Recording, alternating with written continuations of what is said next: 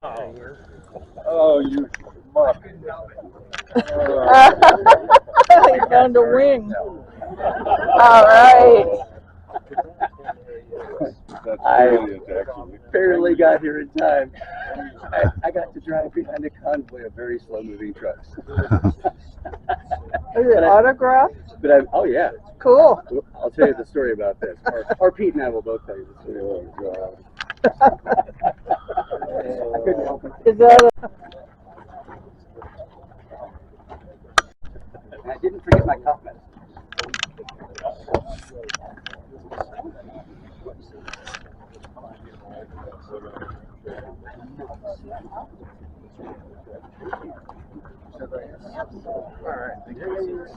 I'm doing very good. Good morning. Sure. All right. Do we have an actual mic? Can I have it? I don't know if I should try talking into this thing after what happened last year. How many of you guys were here last year? So did you come in and see what happened with me and the mic? Yeah. I don't know what that was. I wasn't here. What happened? You got Skinwalker. That's a good way of putting it. Yeah. So Travis was sure he could teach me how to use a microphone that kept turning itself off. But eventually we got it sorted out. So this is going to be probably one of my favorite about an hour or so, right? Yeah. Yeah. 4. Yeah. I mean, Pete and I now go back. I can say we go back a long way now, right? Because we go back to 2019, and we both love the tech. And so we'll do a combination of talking about the tech itself and what we've measured with it, and obviously the things that you've seen portrayed through the series, as well as sharing some stories kind of behind the scenes. There's one or two of those. Yeah, one or two. One of my favorites. That's why it's so great that Erik brought in some wreckage from a mishap that actually is still kind of mysterious. Yes. Yes. Maybe, let's see, maybe that's a good way to kick off. So I rolled in whenever the first visit was, 4 years ago anyway. Erik's the first guy I met. And yeah, we both have propellers on our hats that spin pretty fast. And is that code speak for geek? Yeah. We got on pretty well, and very well. And ever since, I guess we've just sort of been trying to out-geek each other, but Erik always wins. So I have become, like most of us, a student. Oh, wow, that's an interesting way to put it. I was not expecting that. Oh boy. Maybe because you brought that in, it's such a good icebreaker. Because this was my first visit, okay, the wreckage. So, is it okay if I talk about that a little bit? Of course. So, what I brought in this morning, as Pete has said, is a memento from his very first adventure on the ranch. This was, I guess that would be the left wing of a vertical takeoff and landing platform that was made to carry, it was a DSLR, I believe it was, yeah. In service to a process that we refer to as photogrammetry. Does everyone know what that means, photogrammetry? You've heard of, Pete, would you like to explain photogrammetry? I can do that. Okay. So photogrammetry is a process. My favorite sort of one-liner explanation is anyone with any camera can take a series of photos of anything, and then the software will stitch all those photos into a three-dimensional photorealistic computer model. It's amazing. You can do it with your phones, any camera of anything. And where it gets really interesting and applicable on the ranch is we can hang cameras from drones like that one over there, and what's left of this one here. Does that help? I guess I could go a little bit deeper because we've had some anomalous stuff happen specific to photogrammetric results. One was when this drone was lost. We'll go into that. But another short sort of explanation of how it works is the software looks at every pixel in every image. Now you should describe how many pixels and how many images. You're going to have to, because I always forget this part. So with, call it I think that's a 46 megapixel Yep, camera. that's what I remember. That's what, like 4,000 by 3,000 something? It's huge. That's a lot of pixels per image.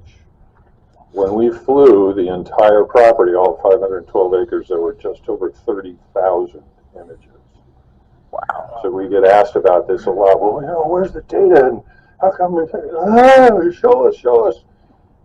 Do you have any idea how long it takes to go through? I don't even remember how many gigabytes or terabytes that was. So yeah, these files are unmanageably large. But the beautiful thing about it is that nominally, after you fly this mission with this, whether it's a drone like the one we have over here, or what was a very beautiful fixed-wing aircraft that had vertical takeoff and landing capability, after you've done that survey, taking all those pictures, and the computer is looking at how those pictures change as the position of the drone changes, and you run those numbers through a really beefy machine with a lot of memory, what you get is this beautiful three-dimensional, full-color model, a virtual twin, if you will, of whatever the property happens to be, in this case, of course, the ranch. And, I have to say, I've been coveting having a model of the property since we began the work, at least since 2017. So when Pete was, well, it was actually Prometheus who brought you into the fold. And so as soon as I found out about the tech that Pete had, I was like, he became my favorite person. You hear us talk about photogrammetry and lidar. Both of those things were just, the technology wasn't nearly as good as it is today, and it was quite expensive. It was cost prohibitive. But having that framework, that three-dimensional model of the property, is very enabling. It's very helpful to put all the science that we're doing into context. And so I couldn't have been more excited than when Pete showed up with his. How many drones did you have to begin with? I don't remember. It was the number I remember is how many I've lost. Yeah, we joke about this. It's not as funny right in the moment. No. But in hindsight, we talk about how the ranch eats drones. It certainly, some of the things that we've seen happen have included, drones being placed on the ground like that one, prepared for takeoff, and refusing to take off because they're like, "Hey, dummy, I'm 200 feet below the ground." In other words, the part of the drone that senses its location in three-dimensional space is often spoofed or somehow jammed, interfered with, whatever is going on in certain places on the ranch. We've had multiple instances with multiple platforms thinking that they are somewhere where they are not, and by a lot. We're talking about really big differences, and so that's one of the confounding factors, one of the challenges that we ran into in the early going.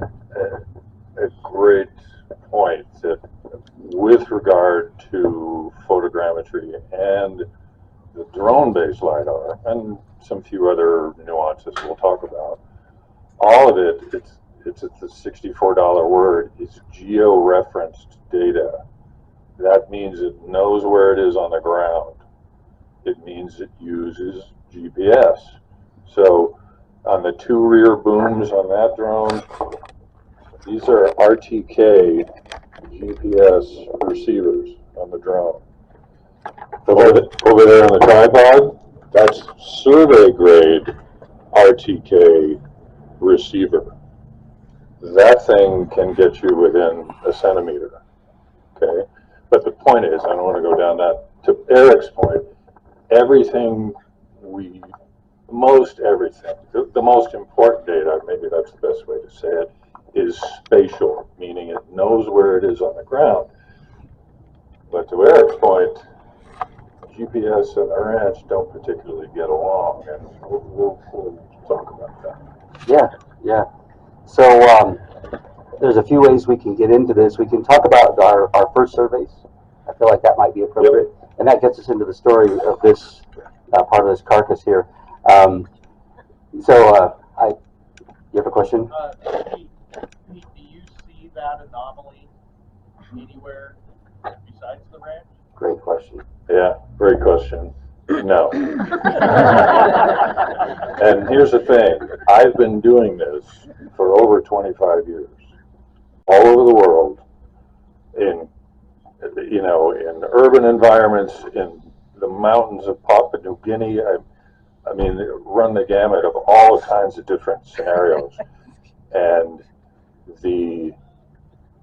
some of these crazy data results I have not seen anywhere else.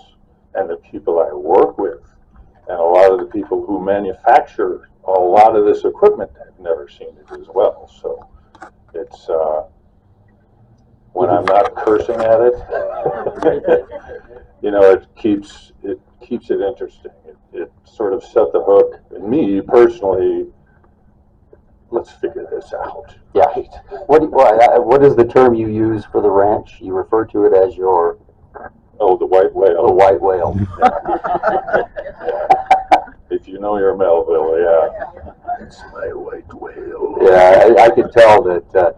And I'll tell you something. I'm not to embarrass you, Pete, but one of the things that has impressed me the most,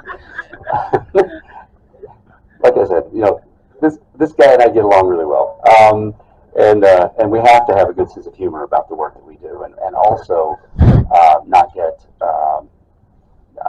been out of shape when things don't go as planned, because as Pete has already sort of outlined, there are some real challenges, and those challenges at the ranch are quite unique. I suspected that might be the case going into the work, but I had no idea that we were going to have as many of those kinds of events, as many of those adventures as we did. I'm thinking about the first surveys. Pete, before you even got fully set up and started surveying, I remember what happened. Pete has this entire tent, and he had this, you know where I'm going, and he had this really impressive array of equipment. I was quite intimidated by it. I said, oh my gosh, what are we about to do here? All of it obviously very expensive, top dollar equipment, including the drone, or a piece of which I have behind me. And Pete got set up to start the survey. Conditions were, I would say, favorable. Otherwise, you wouldn't have bothered. Right? I believe we may have stepped away for lunch. We came back to a shambles.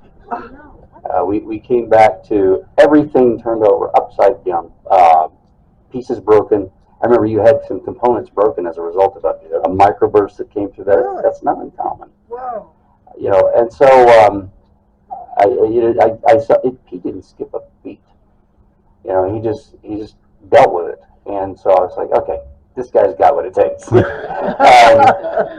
course, that wasn't the end of the test. I remember the funny line. Everybody's on the radio, right? We have walkies from the production crew and Eric and the cast.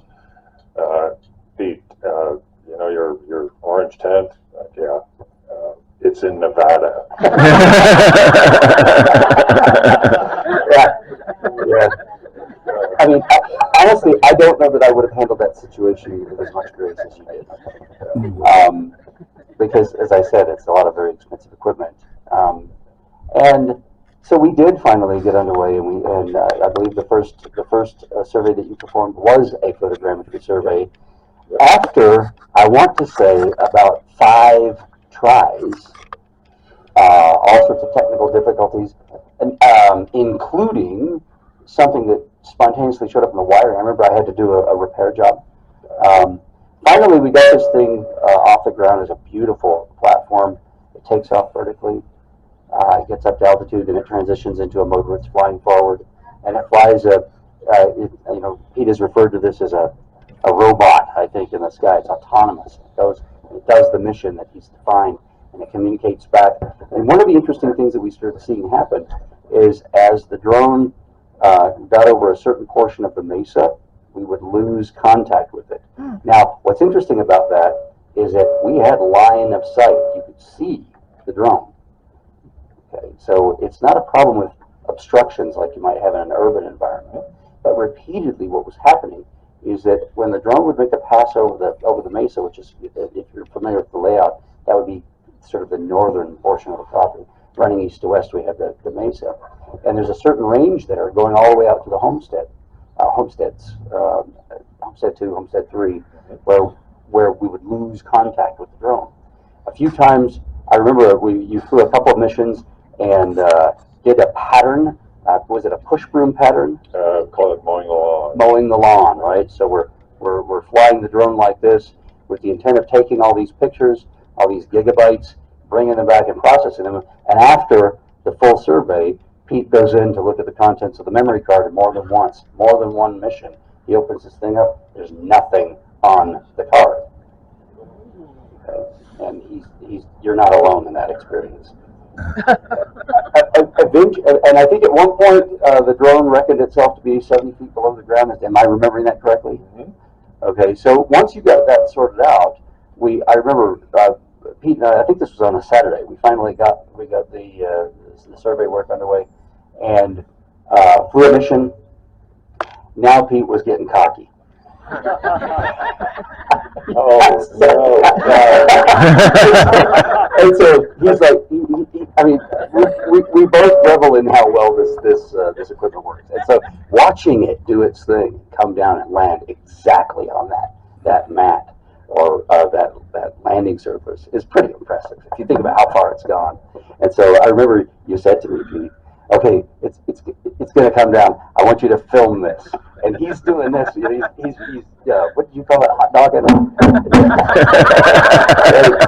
he's like, all right, this is going to be epic. This is my hero jump. Right? The two words you never want to hear a pilot say: "Watch this." I'm going to remember that. If Cameron ever says, "Watch this," okay. So Pete is standing there anticipating the drone sticking the landing. We're coming down, and we're looking up, and I'm like, does it look to you like it's coming down? And he says, no. And it's just sitting there in a hover. I want to say about 400 feet in the air. Yeah. Now, in hindsight, I think what may have happened is that the drone could not understand where it was vertically in space. So it may have thought it was on the ground. And so it's 400 feet in the air, and now Pete's like, well, it should be coming down any minute now. Because one of the key parameters of a successful drone flight is battery management. Now, if the battery gets below a certain level and you're still 400 feet in the air, you're coming down like a rock. You're going to land. And so I remember Pete went from celebratory to pure panic. The word was land! I think I said it about the same way he did. And he's like, I'm going to run out of that. And he didn't want to crash the platform, so he went to manual. He went over to manual to force a landing. And as soon as he went to manual, not because of your piloting skills, but probably something else, the drone decided he wasn't having it. So it took off towards the mesa. And he ended up plummeting into the irrigation canal, into the trees. I see Pete. He's got much longer legs than I did. He was covering ground. We wanted to go catch this thing, I think. But we got over there, and of course, this is the result. All that work, and I know these things are they're not inexpensive. We'd gone through all these exercises, and at the end of it all, what really proved to me that Pete was going to be more than just an asset, but extremely valuable colleague, is what he wrote right here. It says, "Good times." Because I don't think I would have been in the mood to write anything like that. No. Did you get the data? Thank you for leaving out all Did you get the data? We did get the data. Right, And the interesting thing about do you want to talk about the data? What we got on that survey? Thanks for leaving out all the profanity. Yeah, so I run off to survey the damage and actually got lucky. It was just a wing and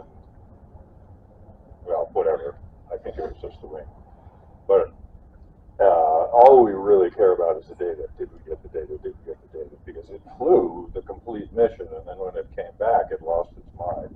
Which, by the way, makes for a great story, but I have no idea what happened.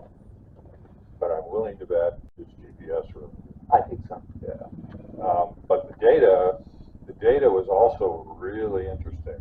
So it's a photogrammetry mission, post-processed it all, and you know the ranch topographically is just like here in Vernal, is relatively flat with the exception of the mesa, right? And right about midpoint in the data, which should look like this, there's about a 30-degree bend. And I'm like, what? You broke the ranch, Pete. The ranch broke me. I think it went both ways, yeah.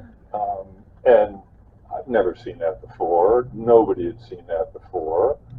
How could that happen? You know, that's when we put on our sleuth hats, and we're pretty confident that it has to be GPS related, elevationally speaking, right?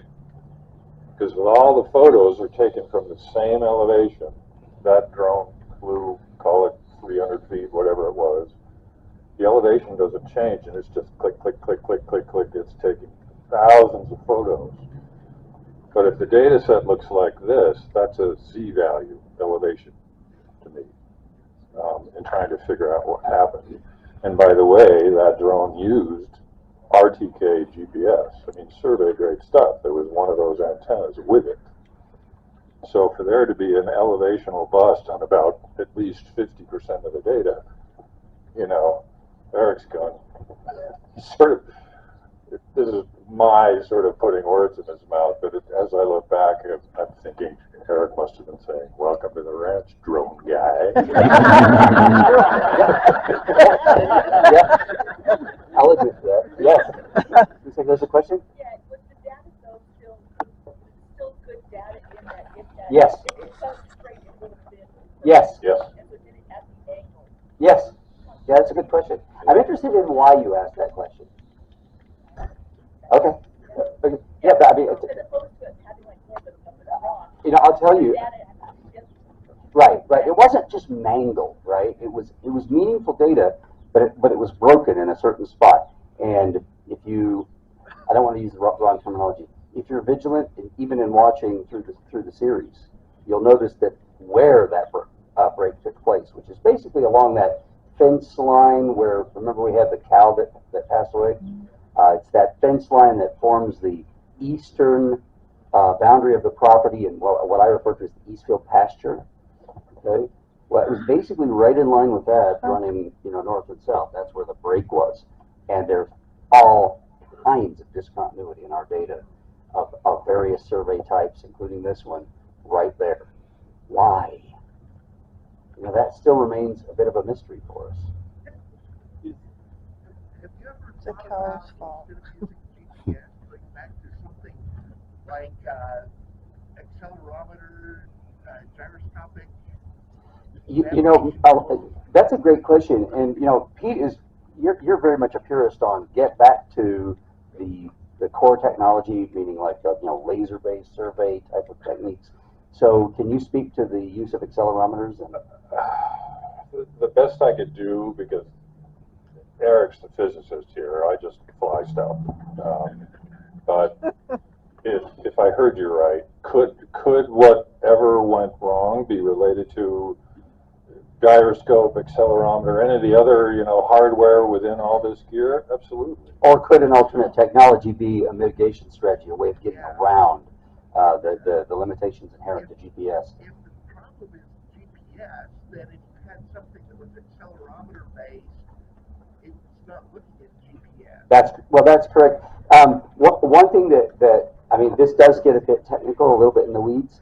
I'll speak to this. A lot of our positional measurement systems will incorporate accelerometers into the interpretation. Like it's getting the GPS data, but sometimes it'll go into a dead reckoning mode, and it will use alternative means of determining its position, including what you just mentioned, accelerometers. Yes. that line that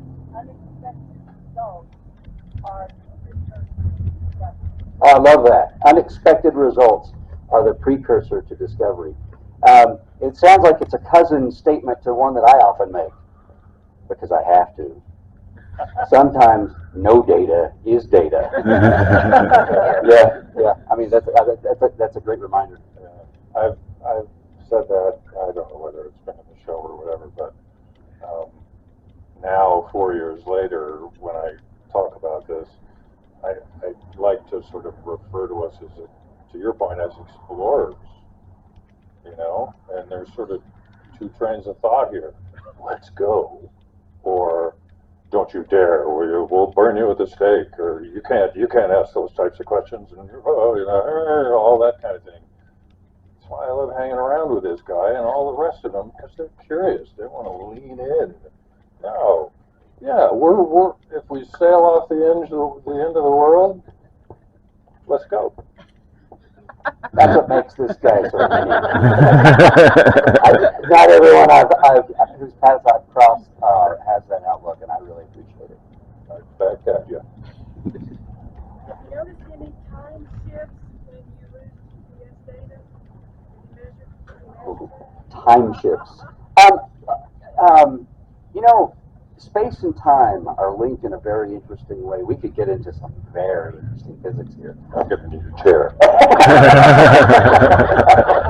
No, I won't do that to us here, because I know that we didn't have to go into theoretical physics. But there have been times, many times, in our research on the ranch where time itself seems not to be kept up with properly. And you know, so we with GPS, time is really the key to interpreting where you are, because you're looking at, you probably know this, you're looking at the arrival times of signals coming down from satellites in middle Earth orbit. They're not in geosynchronous, they're not in low Earth orbit, they're right there in middle Earth orbit. And there are even relativistic corrections that are necessary. In other words, you have to use Einstein's math in order to properly interpret those exquisite time signals down in the nanosecond range. So time is a very important component, not just in the GPS work, but certainly in that. Yeah. Hey, is it okay if we go through the gear? Yeah. Yes. Yes. Then we can talk as long as you guys want. We might hold you to that. Yeah. Let's start here. Let's start on this side, yeah. This is a terrestrial laser scanner. I often say TLS, terrestrial laser scanner. This is a static device, meaning it sits on a tripod, it doesn't move. How this works, if I hit scan, the whole mechanism would rotate, it's motorized. This mirror would be spinning really, really fast. There's a laser that comes out here, hits this reflective mirror. As this mirror spins, the beam is doing almost a 360-degree arc, and it rotates. So imagine a half sphere over all of us. By the way, the range of this is 350 meters. Wow. Wow. Which is what, 1,200 feet? I don't know. Somebody Google it so I don't look like an idiot. But it's well over 1,000 feet. And because it's static, because it doesn't move, out of all the gadgetry we have up here, this is the most accurate. So out to its maximum range, 350 meters, the data is accurate plus or minus, if you can imagine this, about 6 millimeters. It's crazy accurate. Now, where does this apply on the ranch? I got to make sure, yes, this is Erik. We had this set up, well, we've used it a lot, but the craziest thing, results I've seen with this, as a result from this, which you all, if you know the episode, drone swarm last year, and there was a gap in the data, right? In the points, the tens of millions of points, this thing captures 2 million points per second. That's a tremendous amount of data. Okay? With an accuracy that is in the millimeter range. Right. Okay. Yeah. So we had this thing out there, the drones are flying, and, you know, I post-process the data. This, you know, there's a post-processing thing. You never see anything like right away. And there's a gap in the data to the sort of southwest, which when I saw it, I was like, wow, that's more or less the drill site. That's kind of interesting. Yeah, so you probably remember the data that Pete's talking about would represent the front surface of the mesa. Is this ringing any bells? Do you remember seeing this? So you've got this giant mesa face here. It's not a difficult target, right? And so throughout most of the travel, as this thing is scanning, it's just fine. It's giving us a faithful representation of the topology there. But over a certain range, just as Pete was describing, we saw this gap. And it wasn't just missing data, and this goes to the question of time that you were asking about earlier. It wasn't just missing. The data was way off in the distance. It was nuts. Yeah, what was that distance? It was like 700 meters. So there was data at twice the range of this thing, beyond the gap. And I have no idea to this day what could cause that. It's as if something or someone were to take the front surface of the mesa in a certain strip and push it out those 700 meters. And you know, you have to kind of scratch your head at this and say, well, okay, what are all the possible explanations for this? One is, of course, that there's some kind of an electromagnetic interference that's keeping the device from properly measuring the time of flight for that laser. It could be that simple. Yeah. And I say simple, but that's actually kind of complex. What is there in that area that could produce that effect? We're still trying to sort that out.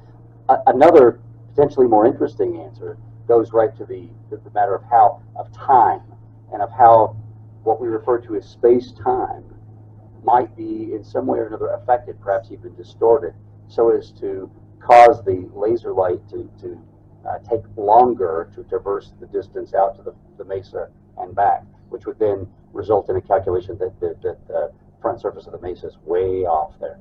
So this is one of the most tantalizing results. So non-intuitive. Yeah, and of course we reach out to the vendor, you know, help us understand this, and they, frankly, Is that a quote? so, but that, you know, for Eric and I and everybody else, and probably all of you, that's a lean in to me. Yeah. Let's, can we repeat that? Let's go do it again. Will it happen again? And that can be really frustrating because the answer is no. Sometimes it does, sometimes it doesn't. That gets right to the pathology of the ranch itself. That is that a lot of our results are, in fact, one-off. Let me point out a few more things. I promise we're going to get to talk, because I want to explain what we've got here. Let's go here. This is an old print. Eric knows this well. This is the hover map. This is a lidar scanner. There are 32 lasers in there. When this thing flies, this rotates, and it's spraying the laser beams at 300,000 points per second. This is obviously a dynamic system because it moves, it can fly. The price, if you will, the big difference between a mobile scanner that referred to as SLAM, S-L-A-M, simultaneous localization and mapping, there'll be a test later, is because it moves, you lose a little bit of accuracy, precision, but you can scan so fast. So if you got a lot of ground you want to cover and you want to do it quickly, and you don't need 6 millimeters of accuracy out to 350 meters, this is an amazing tool. We can fly with it. You may remember, again, I think it was the first visit, Eric walked through Homestead 2 with this thing, because I'll show you.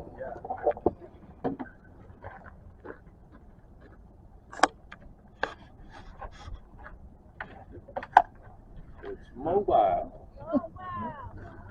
So Eric went for a walk. Homestead. Too. Yeah, I remember carrying, well, actually, I think it was the predecessor model to this. So I remember carrying, I must have done something wrong.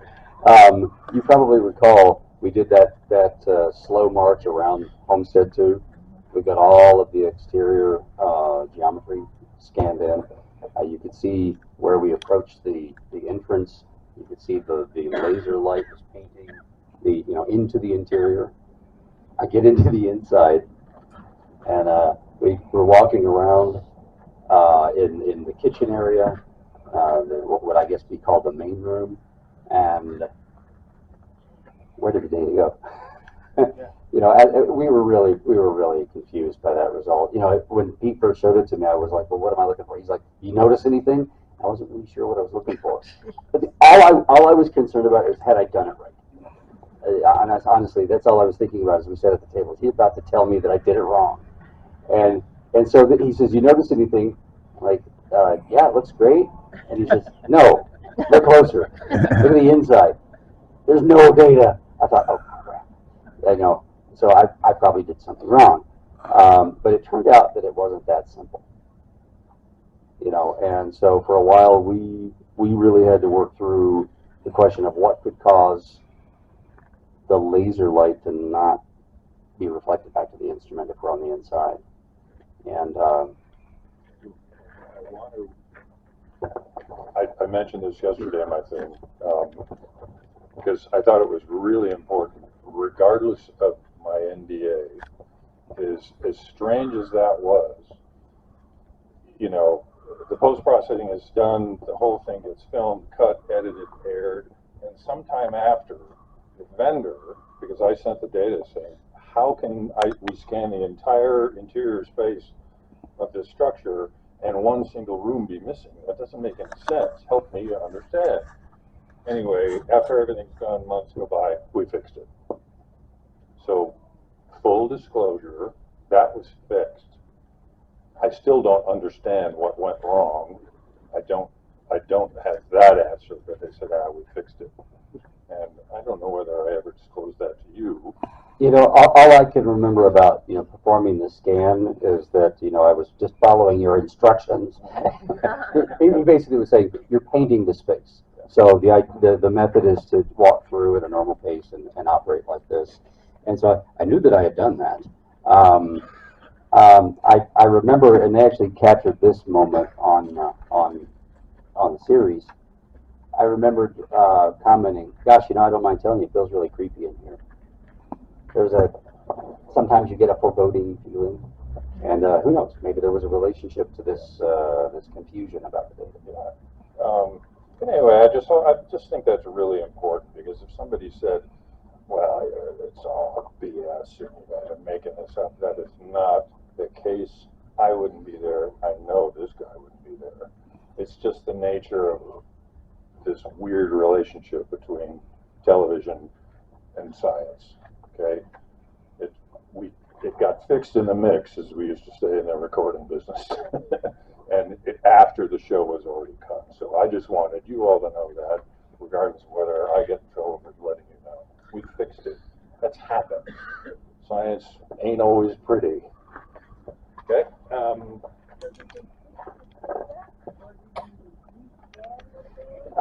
There seemed to be an issue with the file integrity, which is, quite frankly, just as interesting. I think, well, we have been through there subsequently, yes. Yeah. And we have gotten a fairly a good model out of that exercise. Yep. Okay. Yep. This is another lidar that I can hang from the drone. There's a suction cup. I've used it, mounted it on the hood of my truck. I can go driving with it. The laser's behind the cover, but it looks just like that. The laser spins really fast. This one, what's cool about this one is there's a really good SLR camera as part of it. So this does photogrammetry and LiDAR in a single mission. That's amazing. Super cool. I want one of those. No, I want 3 of those. We haven't, well, I've flown this on the ranch off season, the coolest thing we've done with this, which is the only data that Brandon gave us the okay to publish, was the data in the East Field that Caleb and I flew, because we were trying to repeat the photogrammetric spire. And I asked Brandon, hey, this was off season, we weren't filming, could we share this data with everybody? And to his credit, he's like, absolutely, put it out there. He's not timid that way. No, it's awesome. So I'm pretty confident this thing's going to get a whole lot more use on the ranch, because this is also GNSS, RTK, lidar based. This is survey grade stuff, even though it's mobile. And that's what's cool in the evolution of all this tech, is that wait 6 months and all of this will change, and there'll be new versions of hardware and new versions of software. That's why I don't have any hair. Because the learning curves are incredible. Okay, this one's pretty small. Oh, cool. But that's a thermal camera Oh. and an RGB camera, just regular red, green, blue color camera. So this can shoot both thermal and RGB. We've used this a lot on the ranch. This big knob here, you probably know what it is, right? RTK GPS. So all that data is spatial. I think, oh.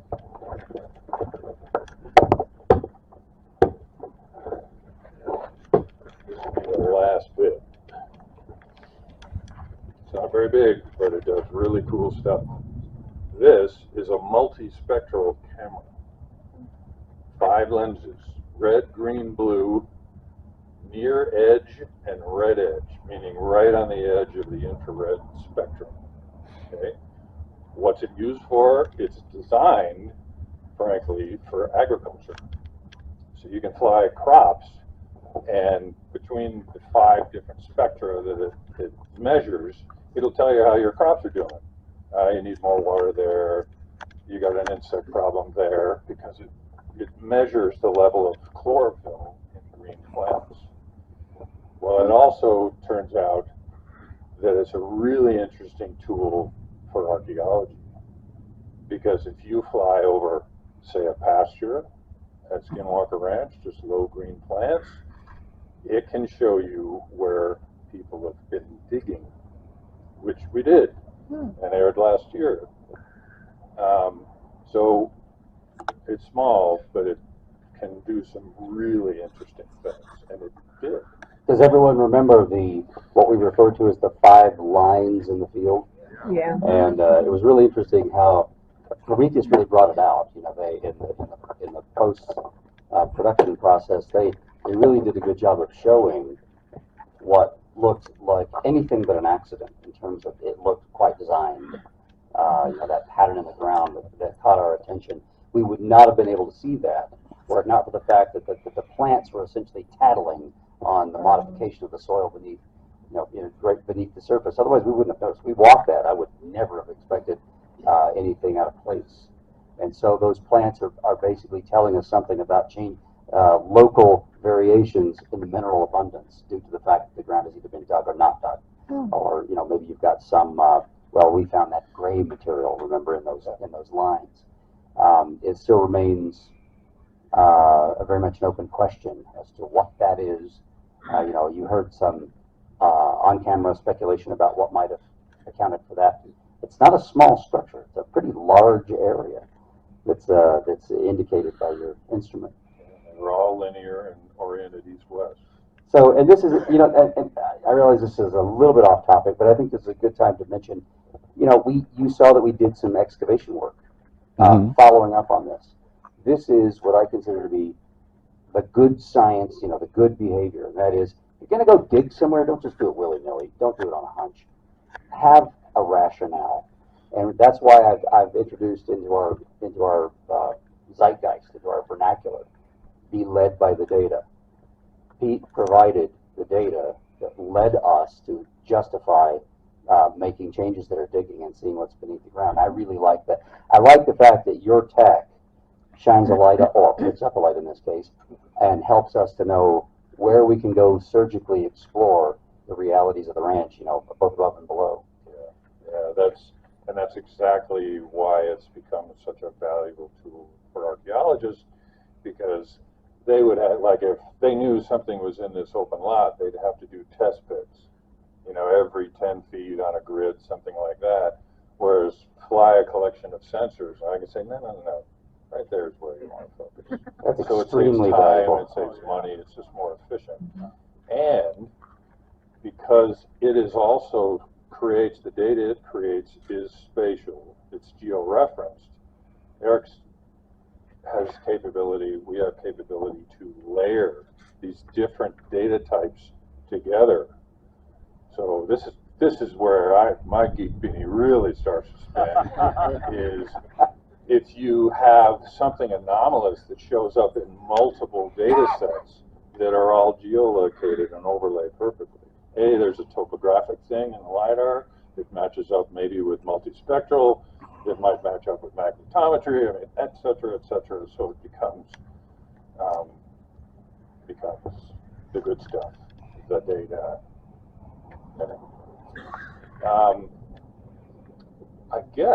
I think that's all the gear. Are you planning on getting that? Oh, we're gonna fly. We're gonna fly. What about that drone? Oh, right. Thanks. So these two drones are the same. If you can't tell, they just have different payloads.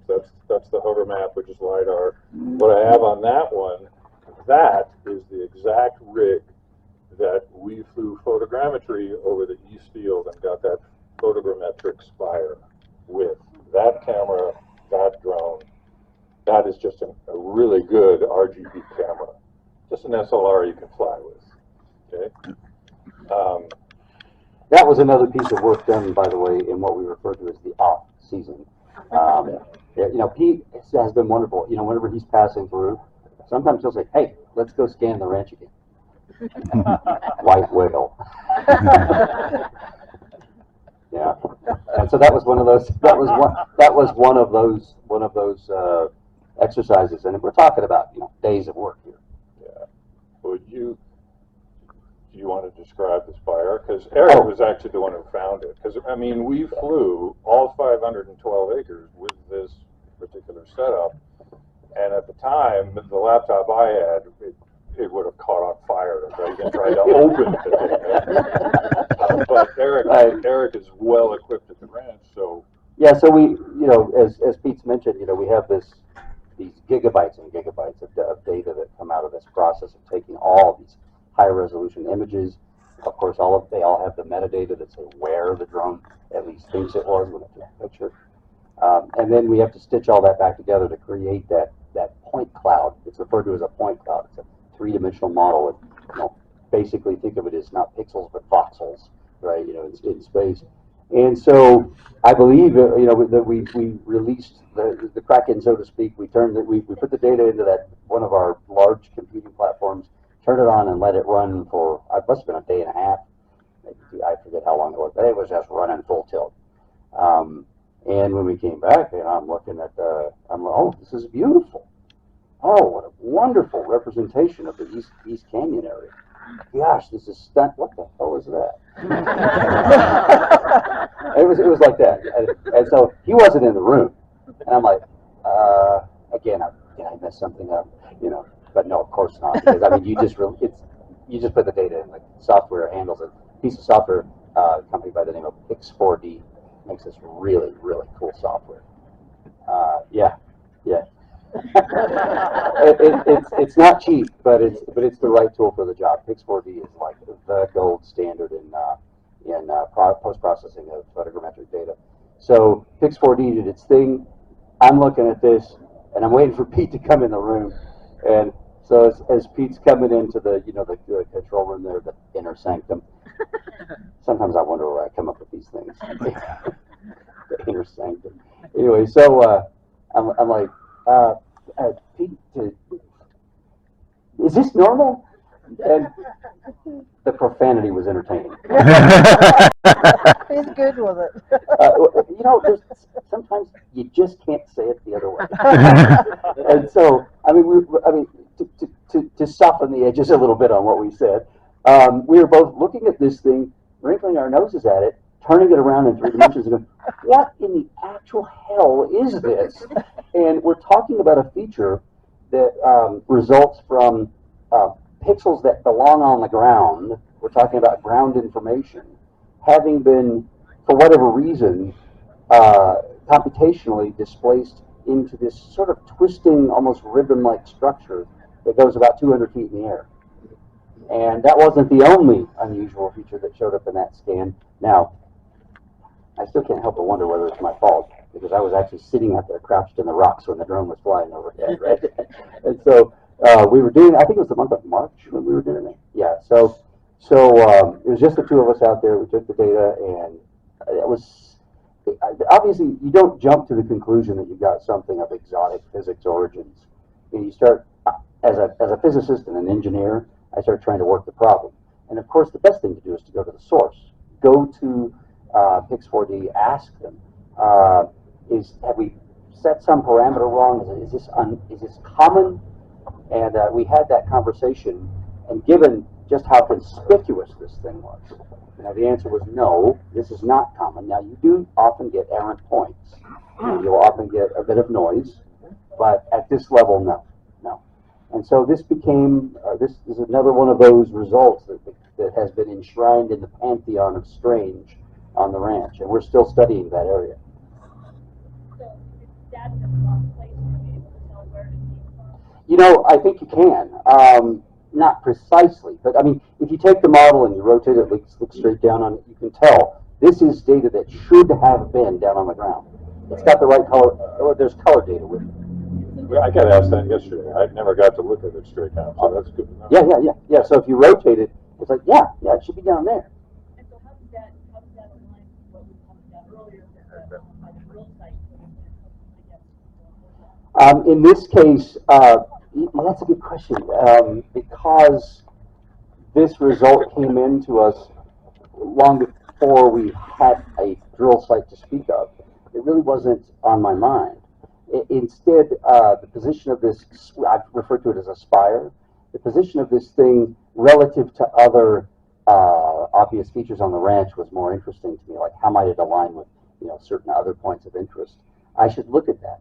Perhaps there is something to be discovered by looking at maybe the orientation of that ribbon relative to the other sites, like the drill site. Right. Well, there's another reason that I'm particularly interested in this, because of where it is. We have other anomalous measurements taking place in that same airspace, in that same general vicinity. Not just this one isolated photogrammetric survey, but I won't preempt it, but I will tell you, you should listen to Caleb talk about an experience that he had, something he saw in that same airspace as he walked along the edge of the mesa several years ago. It's a great story. So that's Caleb Bench. You should maybe follow up by listening, or let me just sort of pull the hammer back for when the time comes that he shares that story. You'll be ready to pull the trigger and ask questions. Don't miss that one. And yeah, we can start chatting now. I'll fly last, because what I want to do, it's incredibly vain, is take all of our picture from the air. We have to hold. Are we gonna just do a picture? Are we gonna do an actual scan? Oh, well, Can we do a lidar scan of all of us? You'll have to hold very still. Yeah, because if you walk around while the lidar scan is running, there will be like ghosts of you. So I guess we could all run in circles. I guess that'd be different. It would be the coolest selfie ever. Who's in? We'll do a scan. I love this. What a good crowd. Yeah. That's a, So I have on the triangle. There's you guys have thought that maybe that's a stable end of a wormhole, and to me that's technology that we don't understand. And if it's turning on and off, would it impact what we're seeing here as far as anomalous readings being underground or something? If something's powering that thing on, powering it off. because almost everything you see here, it generates spatial data dependent on GPS.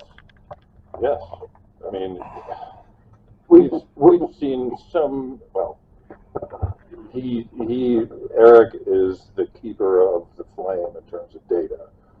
I see it in bits and I send it to Eric. I think you said that kindly. Of course I do. Actually, the data is the flame in which I burn. I mean, I've got so much of it. Did you get that? It's daunting. Well, you know, and the hard part is you never know which data are going to be key. You know, there is no primer. So, of course, we're collecting as much data as we can, and we keep all of it, to the tune of now into the hundreds of terabytes of stuff. So, you know, the features like the Spire, features like the displaced data that we talked about with the terrestrial laser scanner, all of this will eventually assemble itself, I'm convinced. This is, if I have a belief system, it's this one. If we take the data and we just diligently, you know, go through that, and yes, sometimes follow our hunches in the collection of data, that it will self-assemble. It will coalesce into a meaningful picture, a mosaic. At least that's the hope. Yep.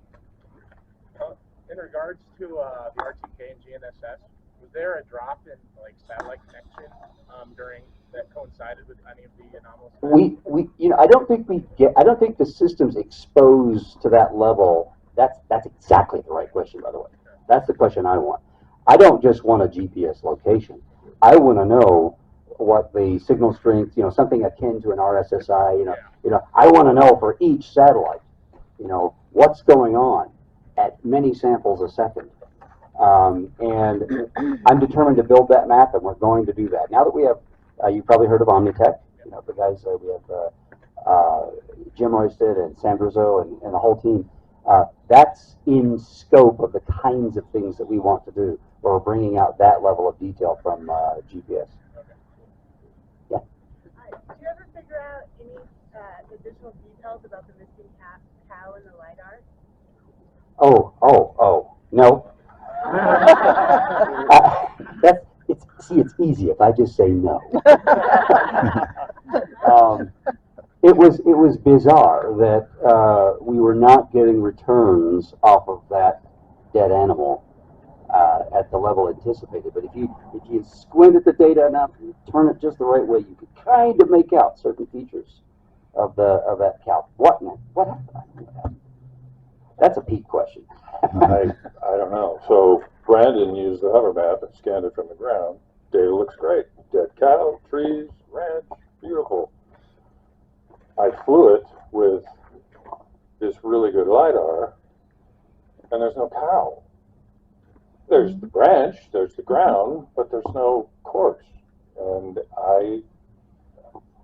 yeah, the fact that we could actually get returns off the ground, but not off of the animal, was really perplexing to me.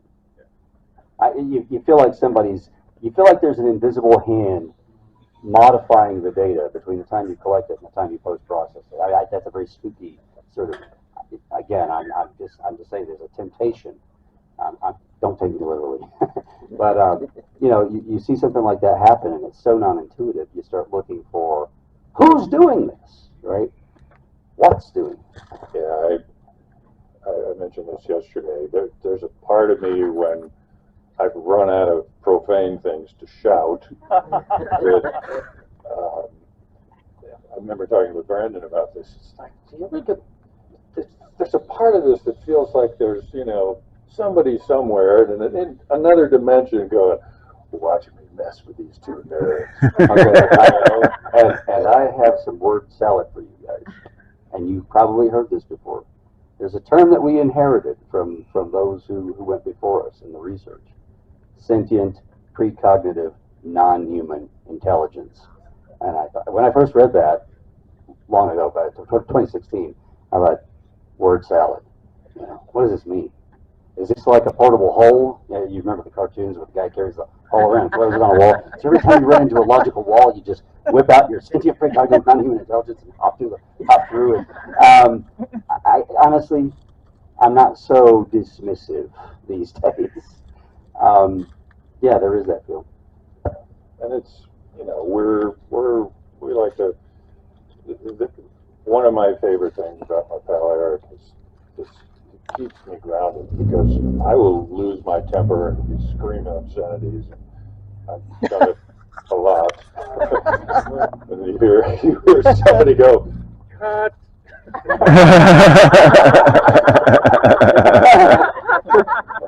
But I'm human as far as I know, and it's trying to remain focused, trying not to. There's somebody out there messing with me. No, focus. Let's look at the data. Let's run all the reasonable explanations to ground.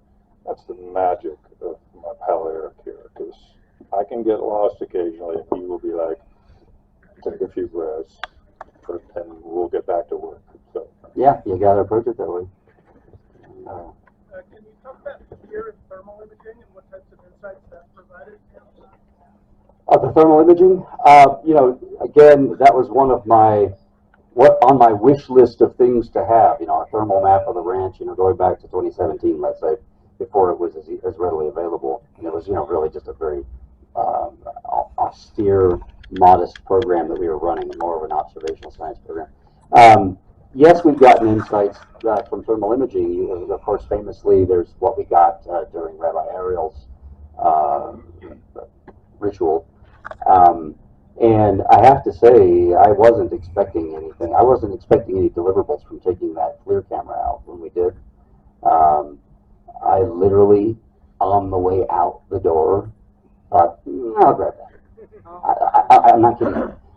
We were going to go shoot a scene, and it's very frenetic, and it's getting late, and you're not really, in this case, I didn't really have a very good reason for grabbing the FLIR camera, except that I thought, Brandon's plunked down a pretty penny for this. He'd probably be happy if we got some eye candy out of it. And so, that's an example of a result that ended up featuring centrally in an experiment that we did. And, determining why we have these localized, these high gradients, these localized changes, abrupt changes in a thermal profile. That's pretty interesting stuff to me. Yeah, I remember watching Travis's thing yesterday on Main Stage, and you guys are reviewing the scene of the blob. Oh yeah. My first thought was, God, if we would have had thermal rolling during that. Yeah, that would have been great. To go back to what rationale did I have for even wanting the thermal? Really, what I was hoping to see is something not unlike what Pete has described in the archaeological context, and that is, I thought it would be very telling, very insight rendering, if we were to see any unnatural geometry showing up in the thermal profile on the ground. So the strategy that I had in mind, obviously I'm not an expert in this stuff, but as a physicist, I'm teachable, right? And so the idea is, if you're in a part of the day that everything hasn't come to thermal equilibrium, you're in a part of the day when things are heating up or cooling down, you'll see a lag. You'll see some materials will cool down faster than others or heat up faster than others. And so I was hoping to find lines, corners, anything that would be suggestive of artificial structure, perhaps beneath the ground, coming through in the thermal imaging. I think that was kind of naive on my part, but it was a start. It occurs to me there's another bit about thermography that doesn't get a lot of love, and that is what thermography does, what most people are familiar with, is it'll show you the hot stuff, right? Whatever's warm.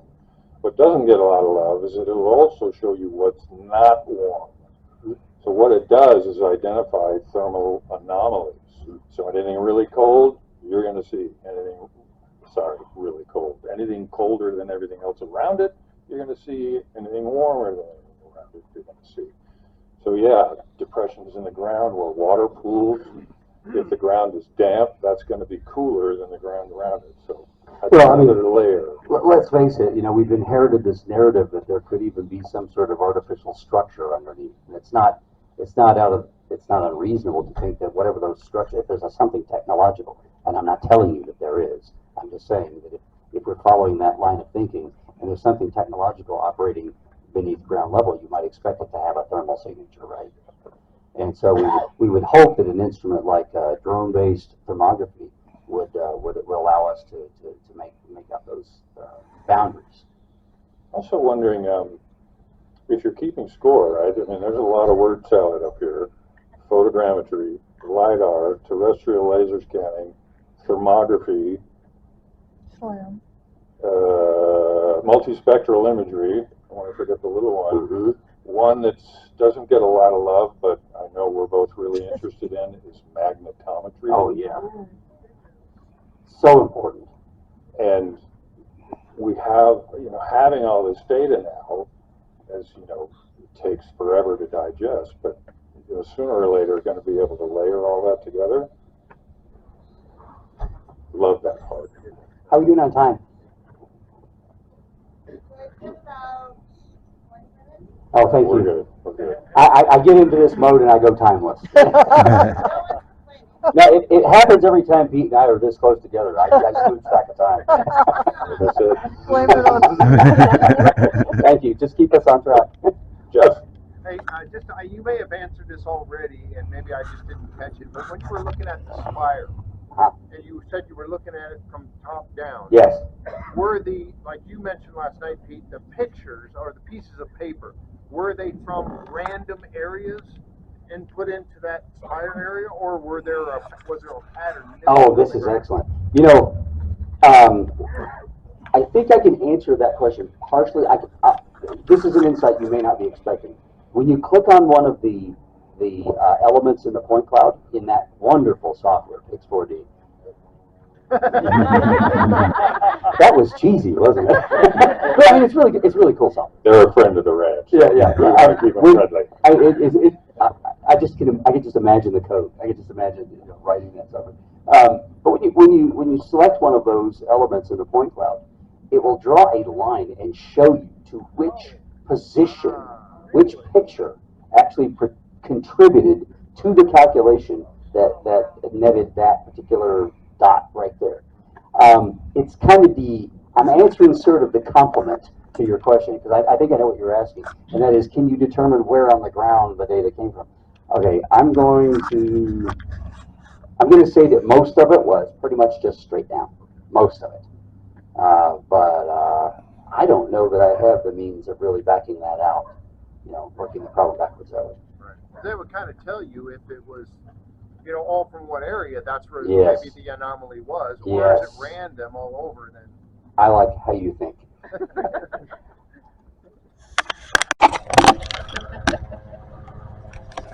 What should we do? Let's see what Sirius does. Whatever that is.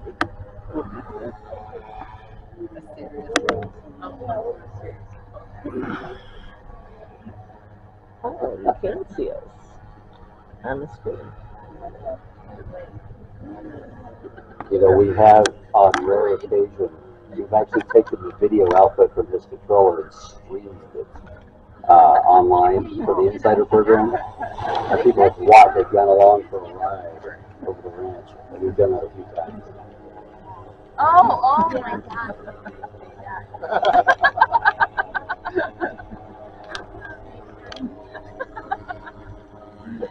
Doesn't that thing look menacing? I think Pete has referred to that drone as the HK. Yeah. The hunter killer. Oh. How much weight will that hold? Can you hang off of it? How much payload weight will it take? About 4 pounds. It'll take about 4 pounds. I have an idea. Oh, you need my help? Should I put this down? Yeah. Hold my beer.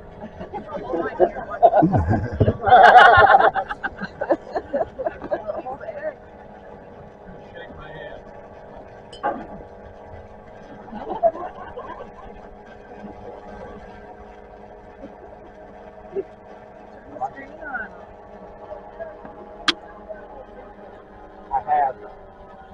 I spent 2 weeks at Chapel.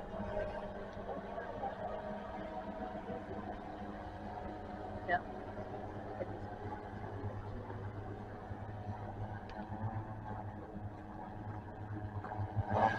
Oh.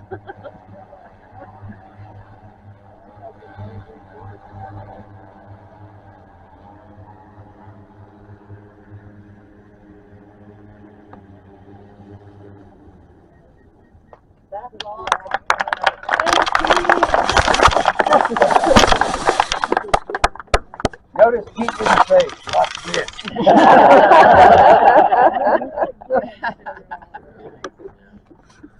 All I was thinking about when I was setting it up was that busted wing.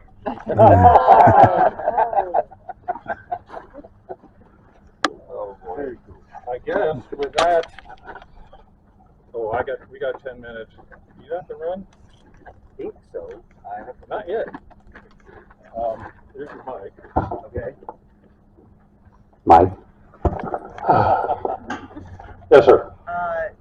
So since you're getting all these 3D models and you can 3D print them, do you think like certain parts of the ranch people at home could be able to have, so that way you could 3D print them? Yeah, once it's digital, it seems it would be, infinitely replicatable, right? You could print it at any scale, right? In principle, yes. Okay. That would probably be a brand new question. Oh, yeah. Cool, because we're talking about IP, intellectual property, right? Yeah. I tell you what we were talking about this briefly yesterday. What I'd love to see is augmented reality. Oh, yeah. Which is, how these guys do all the scenes around the table in the command center. How cool would it be to put this kind of data on the table virtually in 3D, and then it becomes like a virtual sand table for war games in the old days. We have at least toyed with that. We've auditioned that idea. You heard it here first. You heard it here first, folks. Yes, sir.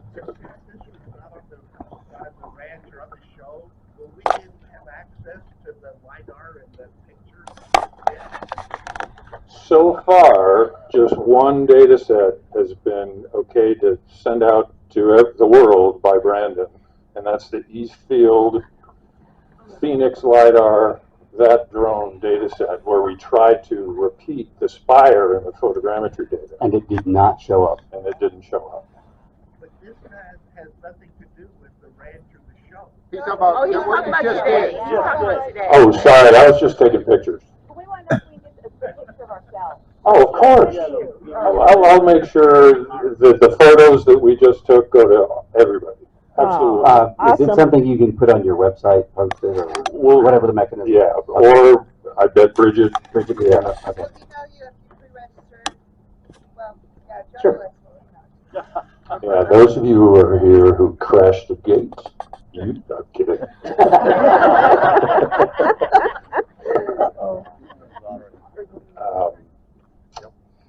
Geez. The 10 o'clock start probably like 2 minutes. We better ask quick. Is These there guys- anything via satellite that you wish you could get from our government? Oh, boy. Well, I don't know what I don't know, right? Yeah. And so the first question would be, well, what is available? What kind of information might I be able to request in the first place? And honestly, I can think of a few data types that I'd love to have. I know that the technologies exist to look very deep beneath the Earth's surface. Obviously, that type of thing is interesting to us. Selfishly, would somebody take a picture? This doesn't exist. That's not creepy. That is kind of weird. Thank you. The funny thing is, when we're doing the filming, I refer to the experience as one of having to stand in front of a firing line of lenses. That's what it feels like to me. I'm like, I'm so glad at the end of every day when we get done with that process. Anything else? Yes, sir. Are you guys connected to some kind of like live connection or live correction towards that when you do your like remote sensing? So I'm not sure I'm familiar with that term. Live.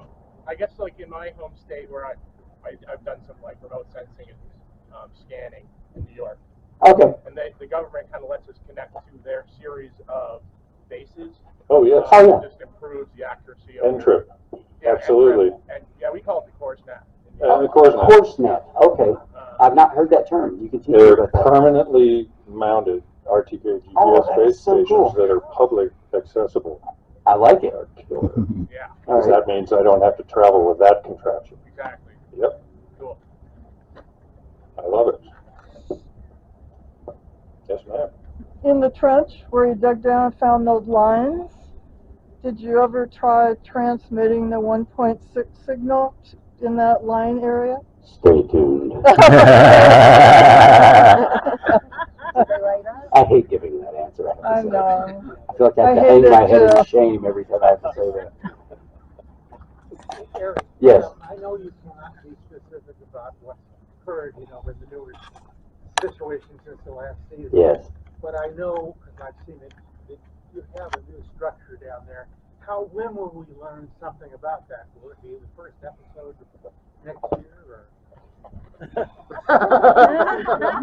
or? Things like that are really at the discretion of the editorial process, as far as explaining what. Obviously, if you have something physically present, if it's large, it's conspicuous, if it can be seen from the air, it seems like it would make sense to explain it early in the season. I mean, it's really close to the landing pad, so. Mm-hmm. And Are you an insider? No, I took the cheap trip, and we looked down. Yes, yes. They, as you know, they will not allow us to photograph anything down there, which isn't sensible. I understand that, but then it makes your spirit call. What I want to know, Isn't that the truth? I'll say this: it's true for all of us. I feel the same way when I'm confronted with something like that. It's tantalizing. You really want. I can think of a word. What's the word? Badass. Yeah.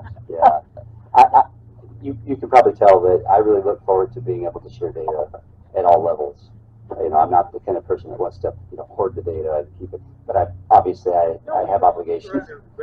Yes. With the changing software, are you obviously you save all the raw data that you collect, and then as the software is updated and enhanced and all that, I'm assuming you will run it again on the new software to see what results you get. Sir. It gets better. In principle, yes, we should do that. I think there's a competition between all of the increased volume of incoming data. As we've got the incumbent data set, and we have new data coming in. So I think prioritizing can sometimes be a challenge, but I want to do exactly what you've said. There's mining, like there's a second pressing, if you will, of the data, and I think that's wise. Yeah. Among other things, here's your IT manager for the entire project. Yeah, I'm trying to get out of that role. I've been the IT guy, the gadget guy, the guy that builds it, does all the coding and all that stuff. So with time, obviously that's not a great model. Who was it? Jehoshaphat that told Moses, "Hey, you shouldn't work that way." And with the passage of time, we're getting more human resources and other resources in place so that I don't become a bottleneck for that process. It's a stewardship. Yes. Yes, ma'am. Okay. Have folks thought about doing something that's a little bit more old school? Yes. And I know the weather conditions would have to be perfect for this. A tethered balloon at the triangle to be able to gather data over a longer period. Yeah, you're talking about dwell time. Yeah. And there is a great answer to that question. Not. Stay tuned. But you know what? I like how you think. Yeah, I mean, because again, as fun as it is to launch chemically propelled tubes after shouting ordinal numbers in reverse order, you don't get a lot of dwell time. Okay, and part of me feels like the more dwell time, the more data, right? The more I can do, as long as I've got power. So I like that kind of an approach where you put something in the air and let it stay there. Yeah, a static system. Yeah. You can tether with multiple lines. Yeah. Daddy-like. That would be a real. That would be a real asset. Yes. You guys are so cool. Thanks for coming out with us. You guys are cool. Thank you. Hey, Erik. I'll show you this hail cannon. Oh, yeah, the cannon. Yeah. So